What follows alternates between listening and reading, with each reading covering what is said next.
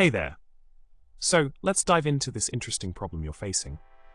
The issue you're dealing with is the need to display the contents of the currently selected cell in another cell in Excel.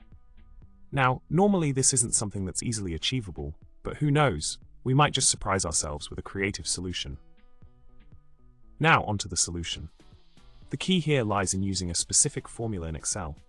By implementing the formula equals cell contents, you can actually display the contents of the last edited or selected cell. This means that whatever is in the cell you click on will be shown in another designated cell. Pretty neat, right? Just keep in mind that to make this work, you'll have to trigger a recalculation by, for example, pressing F9 after selecting a cell. This way, the displayed content will update accordingly. In summary, we've explored a workaround to your problem by utilizing the equal cell contents formula in Excel. It's not the most straightforward solution considering the lack of VBA access, but it certainly gets the job done in a clever way. So why not give it a try and see if it helps you navigate through your data-dense sheet more smoothly.